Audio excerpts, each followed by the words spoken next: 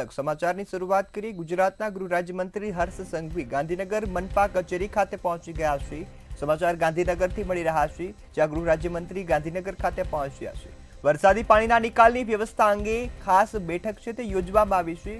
આ બેઠકમાં મેયર અને મનપાના અધિકારીઓ સાથે હર્ષ સંઘવી બેઠક કરી અને ચર્ચા કરી રહ્યા છે। સમાચાર ગાંધીનગરથી મળી રહ્યા છે, જ્યાં ભારે વરસાદને કારણે થયેલા નુકસાન અંગે પણ આ બેઠકમાં જે ચર્ચા થવાની છે।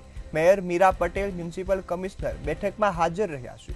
તમામ અધિકારીઓ સાથે વરસાદી પાણીના નિકાલની જે વ્યવસ્થા છે તેને લઈ ચર્ચા કરવામાં આવી છે।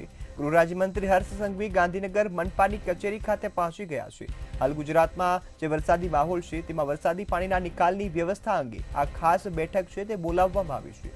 મેયર અને મનપાના અધિકારીઓ સાથે હર્ષ સંઘવીએ બેઠક યોજી છે અને આ બેઠકમાં અનેક જે મહત્વના મુદ્દા છે વરસાદી પાણીને લઈ જે નુકસાન થયું છે તે અંગે પણ બેઠકનું જે આયોજન છે થયું છે। આ બેઠકમાં તમામ મુદ્દાઓ પર ચર્ચા થવાની છે।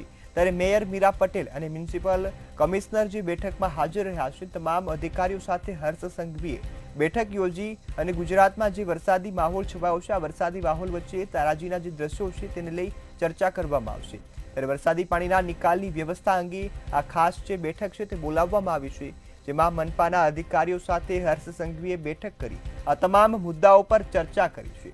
ભારે વરસાદને કારણે અનેક જગ્યાએ જે નુકસાની થયું છે તે અંગે પણ આ બેઠકનું જે આયોજન થયું છે। સાથે જ સુરત સહિતના વિસ્તારોમાં ભારે વરસાદે તારાજી સર્જ્યું છે।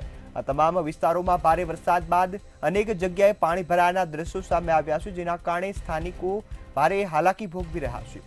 ત્યારે ગૃહ રાજ્યમંત્રીએ ગાંધીનગર મનપાની કચેરી ખાતે આ બેઠકનું આયોજન કર્યું છે।